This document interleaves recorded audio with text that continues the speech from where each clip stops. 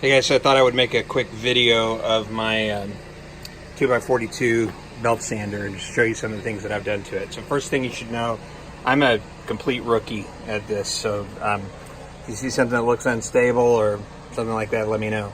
But I wanted to let you know what I had done to my grinder so that maybe give you some ideas to do something for yourself. So I can't afford a 2x72, I wish that I could.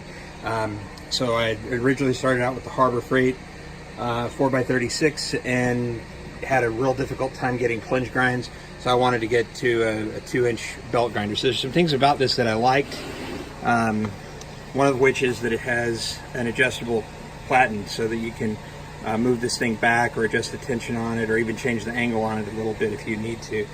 There's some things about it that I don't care for. It runs really fast, and I would love to be able to turn the speed down. But I made some modifications to it that I thought I'd share with you. First off, it comes with a couple of different work rests. So it comes with basically this that attaches via a screw. So you can use that, or you can use this work rest that comes with it as well. This one's kind of a pain because, among other things, well, it's made out of aluminum, but it also prevents you from getting access to the belt to do quick belt changes.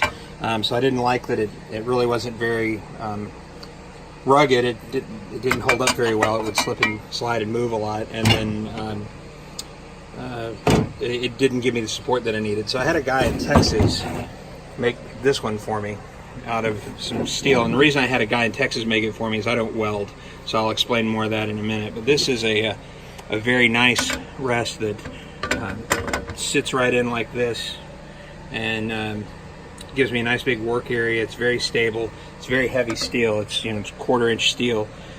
So that cost me $50 shipped to have that piece delivered for me, and I find that very useful and very helpful. Second thing that I did was, you can see, originally there was a shroud that came around here and went all the way down to the bottom on the back.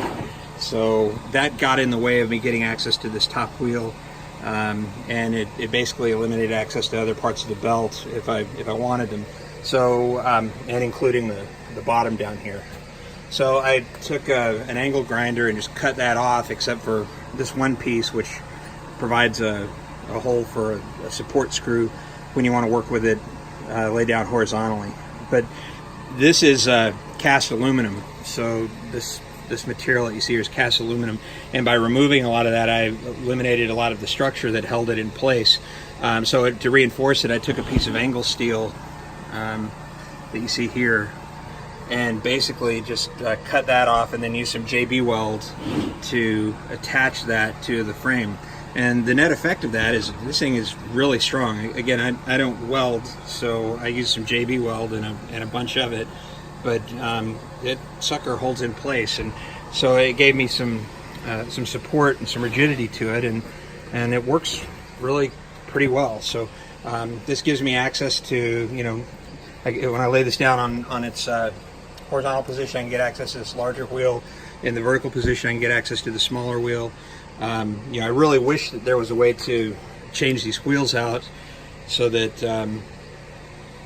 I could slow this down somehow, but that doesn't seem to be an option right now. So I got rid of some pieces that I don't use. The net effect, though, is that I got access to what is a pretty good working solution for me. This particular one is a Norse. I got it on Amazon for, I think, $191. There's literally like 5 different brands that this exact same grinder is made and marketed under. One of them is Craftsman. There's several others, and you'll see them, and they range in price from about $190 up to about $220. But they're all precisely the same. It's pretty nice. The motor is fully sealed, so that part of it's good.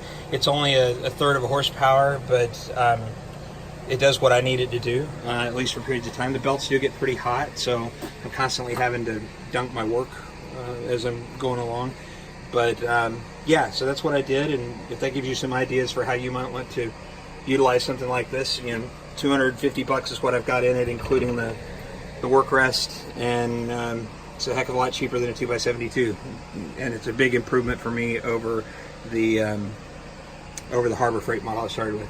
Hope that's helpful. Thanks, guys.